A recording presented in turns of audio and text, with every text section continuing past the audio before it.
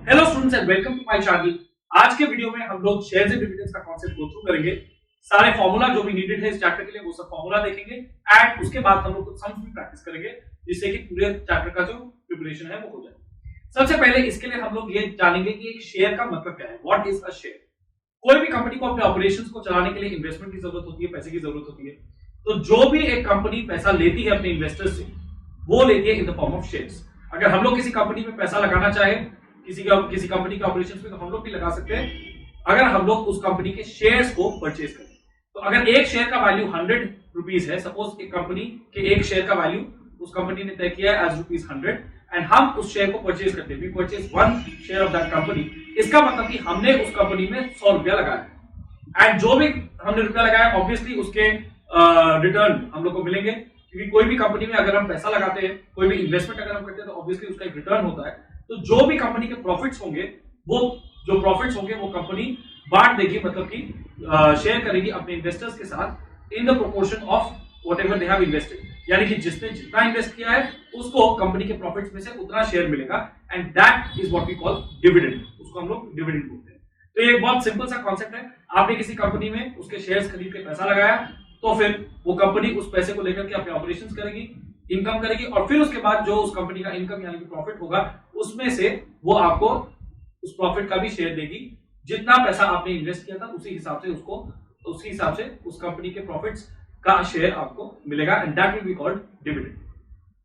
तो यहाँ पे हम लोग ये देखते हैं कि कौन कौन सा फॉर्मूला हम लोग को नीडेड है इस चैप्टर के लिए। सबसे पहला बात है हम लोग को ये समझना पड़ेगा कि फेस वैल्यू और मार्केट वैल्यू क्या होता है। फेस वैल्यू का मतलब है, फेस वैल्यू या नॉमिनल वैल्यू का मतलब है कि एक कंपनी अपने शेयर का जो दाम, जो प्राइस तय करती है, फिक्स करती है, that is called face value और नॉमिनल वैल्यू।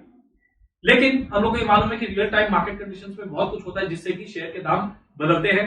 तो जब at any point of time अगर हम लोग को शेयर्स परचेज करने हैं, तब जिस प्राइस पे हम लोग को शेयर परचेज करना होगा that will be called market value. उसको मार्केट वैल्यू यानी एमवी बोलेंगे। यहां पे 3 कंडीशंस पॉसिबल है। या तो ये हो सकता है कि जो फेस वैल्यू था शेयर का उसी पे, मतलब मार्केट वैल्यू सेम है फेस वैल्यू से, इसका मतलब उसी पे हम शेयर्स को परचेज कर रहे हैं, that situation is called at par. इसको बोलते हैं एट पार। अगर फेस वैल्यू में कुछ एडेड अमाउंट है, यानी कि मार्केट वैल्यू फेस वैल्यू से ज्यादा है, तो जो एडेड अमाउंट है, मतलब जो डिफरेंस है मार्केट वैल्यू और फेस वैल्यू में, उसको हम लोग बोलते हैं प्रीमियम। एंड फॉर्मूला इस तरह से है, market value equal to face value plus premium. तो इसका मतलब है कि फेस वैल्यू में कुछ अमाउंट ऐड होकर के मार्केट वैल्यू हम लोग को मिल रहा है हर एक शेयर का, and that situation is called above par. तो बिलो पार ऑब्वियसली यही होगा कि अगर हम लोग को फेस वैल्यू से कम में हम लोग को एक शेयर मिल रहा है, that means the market value is less than the face value of the share and market value पर है face value minus discount. Now ये डिस्काउंट का जो अमाउंट है this is the reduction amount, मतलब कि इतना अमाउंट फेस वैल्यू से कम हुआ है और तब हम लोग को उतने अमाउंट पे मार्केट वैल्यू मिल रहा है हर एक शेयर का। इस सिचुएशन को हम लोग बोलते हैं बिलो पार। इसके बाद नेक्स्ट, अगर हम लोग को प्रीमियम परसेंटेज के फॉर्म में दिया हुआ हो, दैट मींस कि फेस वैल्यू से इतना परसेंटेज ऊपर है मार्केट वैल्यू, देन हम लोग मार्केट वैल्यू को कैलकुलेट करेंगे by using the formula market value equal to face value into 1 plus premium percentage by 100। और अगर ऐसा है कि डिस्काउंट परसेंटेज हम लोग को दिया हुआ है और ये बोला हुआ है कि the shares are being sold at a discount, तब फिर हम लोग का जो फॉर्मूला होगा मार्केट वैल्यू के लिए वो होगा face value into 1 minus discount percentage by 100। इसके जो फॉर्मूला है वो कुछ हद तक प्रॉफिट लॉस और डिस्काउंट का जो चैप्टर आप लोगों ने पहले किया होगा उससे सिमिलर है। इसके बाद हम लोग आते हैं डिविडेंड पर शेयर में। तो कंपनी डिविडेंड का एक रेट डिक्लेयर करती है, यानी किस रेट पे आपको डिविडेंड मिलेगा, मतलब कि कंपनी के प्रॉफिट्स का शेयर आपको मिलेगा। तो वो जो रेट ऑफ डिविडेंड है divided by that, let's say 25% अगर डिविडेंड है तो 25/100 इनटू जो भी शेयर का फेस वैल्यू होगा, that will be the amount of dividend जो हम लोग रिसीव करेंगे, जो हम लोग को मिलेगा पर शेयर, यानी एक शेयर का dividend. So dividend per share equal to rate of dividend by 100 into face value। इसके बाद आते हैं नेक्स्ट फॉर्मूला में एनुअल इनकम। एनुअल इनकम जो है वो पूरे साल में जितना भी टोटल डिविडेंड हमको मिलेगा that is what is meant by annual income. तो इसका मतलब annual income equal to total dividend and that is equal to dividend per share, मतलब एक शेयर का डिविडेंड इनटू जितना भी शेयर्स आपने परचेज किया था, that means number of shares. इसके बाद नेक्स्ट हम लोग आएंगे फिफ्थ फॉर्मूला में जो है टोटल इन्वेस्टमेंट। टोटल इन्वेस्टमेंट का मतलब है जितना टोटल पैसा आपने लगाया है कंपनी के शेयर्स में, तो obviously that will be equal to market value of 1 share into जितना शेयर्स हम लोग परचेज करेंगे, that is number of shares. So market value into number of shares. And last formula is rate of return. Rate of return का मतलब है कि जो investment आपने किया उसके ऊपर आपको कितना परसेंटेज वापस मिल रहा है. सो रेट ऑफ रिटर्न का फॉर्मूला होगा एनुअल इनकम यानी कि टोटल डिविडेंड जो रिसीव किया हमने डिवाइडेड बाय टोटल इन्वेस्टमेंट जो हमने पैसा लगाया इनटू 100. ये जो एनुअल इनकम है ये ऑब्वियसली प्रॉफिट की तरह है, एक्स्ट्रा है.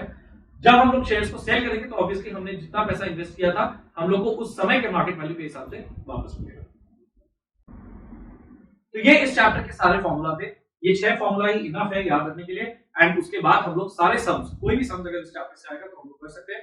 तो कुछ पीवाईक्यूज अभी हम डिस्कस करेंगे जो इस चैप्टर से पहले आईसीसी के बोर्ड एग्जाम्स में आए. So let's do the first question. ICC 2018 का क्वेश्चन है ये.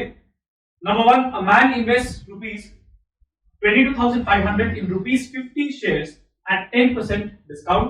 If dividend is 12%, find part 1 number of shares, part 2 annual dividend received, and part 3 rate of return to the nearest whole number.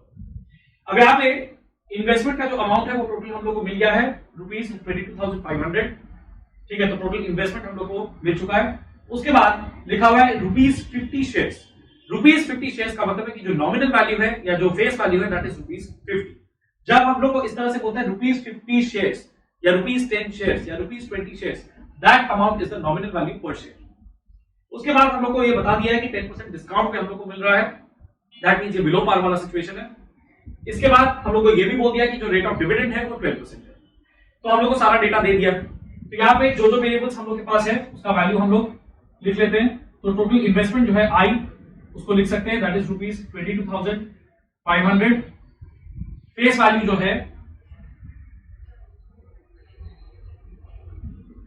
जो है that is equal to rupees 50 per share. And उसके बाद discount का जो rate है that is 10%. तो discount का rate जो है दैट इज 10%. तो फिर हम लोग का जो मार्केट वैल्यू पर शेयर होगा उसको कैलकुलेट कर लेते हैं. क्योंकि यहाँ पे बिलो पार वाला सिचुएशन है, we will use the formula market value equal to face value into 1 minus discount percent by 100. So that will be equal to 50 into 1 minus 10 by 100. तो यहां पे हम लोग को मिलेगा रुपीज 50 इंटू, अगर यहां पे हम लोग 1 minus 1 by 10 में 10 को एलसीएम लेंगे तो मिलेगा 10 minus 1 whole divided by 10 which is equal to rupees 50 into 9 by 10. तो कैलकुलेट करके आएगा रुपीज 45. इसके बाद हम लोग ये देखते हैं पार्ट 1 में हम लोग को क्या निकालना है. तो पार्ट 1 में हम लोग को निकालना है नंबर ऑफ शेयर्स. तो नंबर ऑफ शेयर्स निकालने के लिए हम लोग ये वाला फॉर्मूला यूज कर सकते हैं जो मैंने बोला था टोटल इन्वेस्टमेंट यानी कि I equal to market value into number of shares. Total investment I equal to market value into number of shares. तो यहां पे हम लोग इस फॉर्मूला को इस तरह से लिख सकते हैं number of shares equal to market value को अगर हम लोग यहां नीचे ले लेंगे तो हम लोग को मिलेगा investment divided by market value. ये हो जाएगा investment divided by market value per share. हम लोग को इन्वेस्टमेंट दिया हुआ है रुपीज 22,500 एंड हम लोग का जो मार्केट वैल्यू पर शेयर है वो आया है रुपीज 45. तो इस तरह से हम लोग यहां पे करेंगे. तो इसका जो आंसर है, बिकॉज हम लोग अगर 45 इंटू 5 करेंगे तो हम लोग को मिल जाएगा 225. तो इसका आंसर होगा 500. So this is equal to 500 shares. This is the answer of next part 2.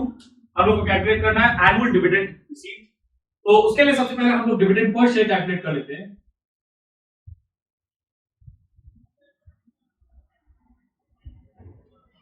तो डिविडेंड पर शेयर का फॉर्मूला था rate of dividend divided by 100 into face value. Now rate of dividend हम लोग के पास है 12%. तो 12 बाय 100 इनटू हम लोग का जो फेस वैल्यू है, फेस वैल्यू इज रुपीज 50. यहां पे आ गया rupees 6. Now let's calculate annual dividend या एनुअल इनकम, एक ही बात है. तो एनुअल डिविडेंड हो जाएगा डिविडेंड पर शेयर मतलब कि rupees 6 into number of shares जो कि हम लोग ने पिछले पार्ट में कैलकुलेट किया था as 500. So rupees 6 into 500 equal to rupees 3000. So part 2 का answer annual dividend received is rupees 3000. Part 3 में हमको कैलकुलेट करना है rate of return. Rate of return का जो फॉर्मूला था इसको हम शॉर्ट में लिख देते हैं ROR, rate of return, that was annual income by total investment into 100। Annual income हम लोग को पार्ट 2 में मिला था 3000 एनुअल डिविडेंड, बाय इन्वेस्टमेंट जो है हम लोग का है 22,500 इनटू 100। तो यहां पे अब हमको रिड्यूस करना है। अगर हम लोग 3 से रिड्यूस करेंगे तो यहां पे हमको मिलेगा 1000 और यहां पे हम लोग को मिलेगा 75। फिर उसके बाद 25 से रिड्यूस करते हैं 40 एंड 3। तो यहां पे हम लोग को मिला 40/3। अब अगर यहां पे हम देखें तो हम लोग को पार्ट 3 में बोला हुआ है रेट ऑफ रिटर्न निकालने के लिए to the nearest whole number. अगर 40/3 हम करेंगे तो हमको मिलेगा 13.33। So to the nearest whole number the answer is 13%।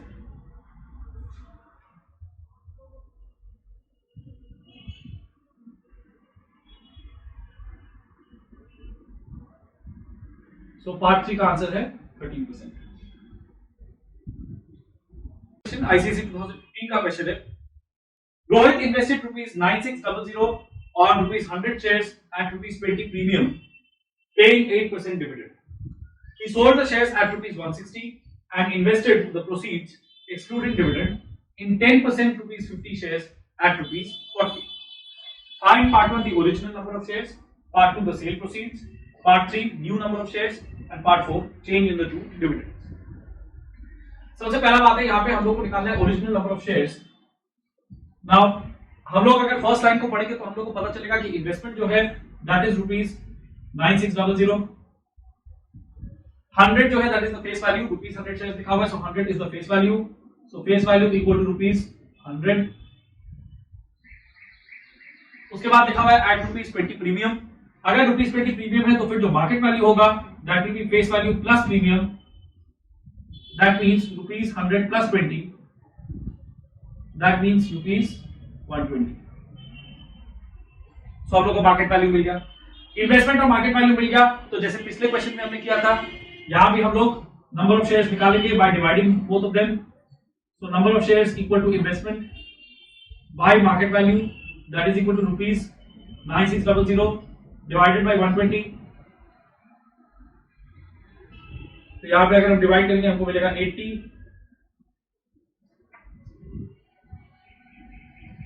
So 80 is the answer of part 1, that is the original number of shares. उसके बाद पार्ट 2 देखते हैं। तो पार्ट 2 में हम लोग को लिखा है सेल प्रोसीड्स। सेल प्रोसीड्स का मतलब है कि इन शेयर्स को जब उसने बेच दिया तब उसके बाद उसको कितना पैसा वापस मिला, that is called the sale proceeds.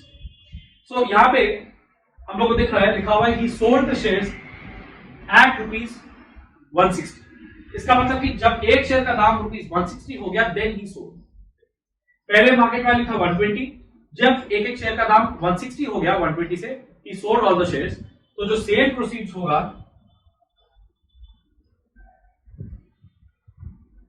That will obviously be equal to जो उस समय एक शेयर का दाम था इनटू जो भी नंबर ऑफ शेयर्स थे। हम लोग को मिला नंबर ऑफ शेयर्स 80, एक शेयर का दाम उस समय था 160, सो ₹160 इंटू 80 जो कि कैलकुलेट करके आएगा ₹12800। So this is the answer of part 2 sale proceeds. Part 3 हम लोग को कैलकुलेट करना है न्यू नंबर ऑफ शेयर्स। तो इस बार जो भी पिछले केस का सेल प्रोसीड्स था वो उसने इन्वेस्ट किया है नेक्स्ट जो नंबर ऑफ शेयर्स है उसमें, यानी कि 10% ₹50 शेयर्स में एट ₹40। अब 10% ₹50 शेयर्स एट ₹40, इसका मतलब यह है कि जो नए सेट ऑफ शेयर्स में उसने इन्वेस्टमेंट किया है उसका फेस वैल्यू पर शेयर है ₹50, 10% is the rate of dividend per share and ₹40 is the market value per share in the new set of shares। तो जो भी सेल प्रोसीड उसको फर्स्ट पार्ट से मिला था ऑब्वियसली वो जो है वो सेकंड सेट ऑफ शेयर्स के लिए टोटल इन्वेस्टमेंट बन गया, टोटल मनी इन्वेस्टेड। तो फिर इस बार पार्ट 3 में हम लोग का जो इन्वेस्टमेंट होगा that will be the sale proceeds which we found in part 2।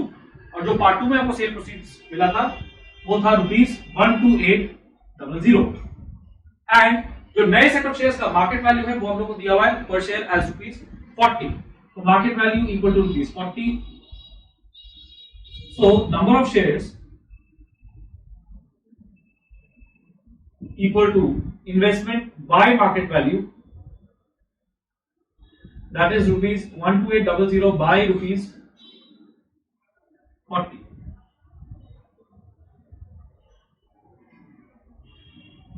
यहां पे हमको मिलेगा 320. सो 320 shares is the new number of shares. So now part 4, change in the two dividends. तो सबसे पहले हम फर्स्ट जो केस था उसका डिविडेंड कैलकुलेट करते हैं. टोटल डिविडेंड के लिए हम लोग को पहले डिविडेंड पर शेयर कैलकुलेट करना होगा. Now in the first case हम लोग को डिविडेंड का रेट दिया हुआ था एज 8%. सो 8/100 इनटू जो फेस वैल्यू था वो था ₹100. So that came out to be ₹8. और फिर उसके बाद टोटल डिविडेंड निकालने के लिए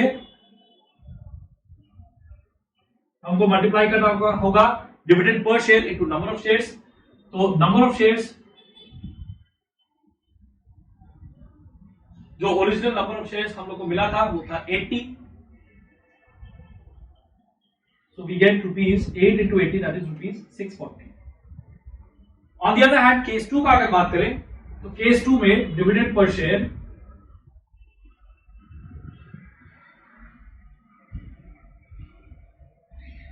होगा. अब यहां पे हम लोग का जो डिविडेंड का रेट है वो दिया हुआ है 10%.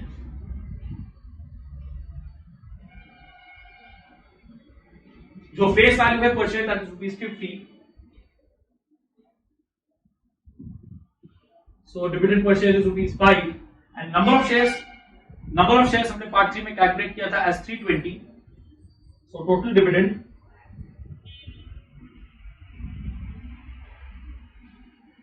equal to ₹5 into 320 equal to ₹1600.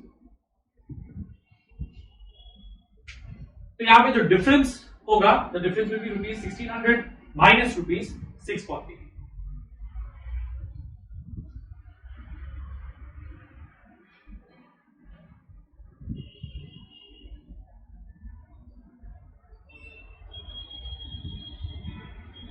अगर इन दोनों का डिफरेंस करेंगे 1600 माइनस 640 तो हमको मिलेगा 960.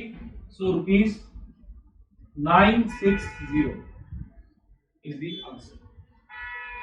Next question, ICC 2013. Salman buys 50 shares of face value ₹100 available at ₹132. इसका मतलब कि जो फेस वैल्यू है ₹100 है एंड जो मार्केट वैल्यू है वो 132 है per share. Part 1, what is this investment. So अगर हमको इन्वेस्टमेंट निकालना है तो investment equal to market value per share into number of shares. इसका मतलब ₹132 into 500 equal to ₹66,000. That is the answer of part 1. Part 2, if dividend is 7.5%, मतलब कि dividend का रेट 7.5% है, what will be his annual income. तो उसके लिए dividend per share निकाल लेते हैं पहले. So dividend per share is equal to rate of dividend by 100 into face value per share which is 100. That is ₹7.5. So जो annual income है that will be dividend per share into number of shares. So annual income equal to ₹7.5 into यहाँ पे number of shares है 50, 375 होगा इसका answer. उसके बाद हम लोग पार्ट 3 में आते हैं. पार्ट 3 में लिखा है कि wants to increase his annual income by ₹150, how many extra shares should he buy. So let the number of extra shares be X. Suppose X number of extra shares is what.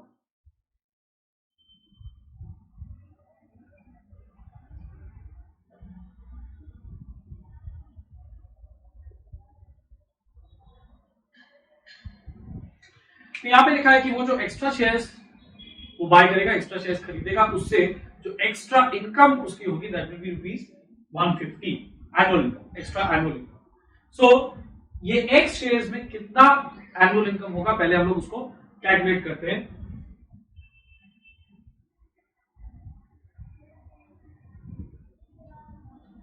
So that means we need to calculate the dividend for X number of shares, because जो भी annual income होता है वो total number of shares पे जो dividend हमको मिलता है उसी से होता है।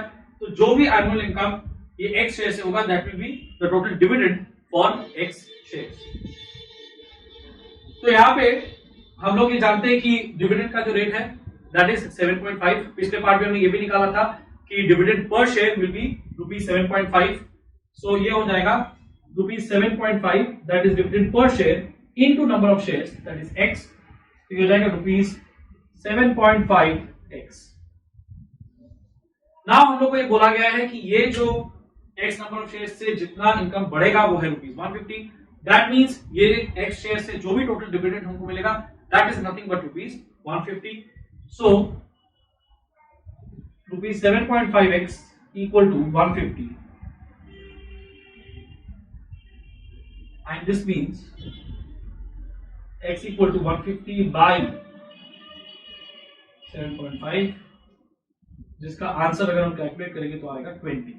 So 20 shares should be bought extra for an extra income of ₹150।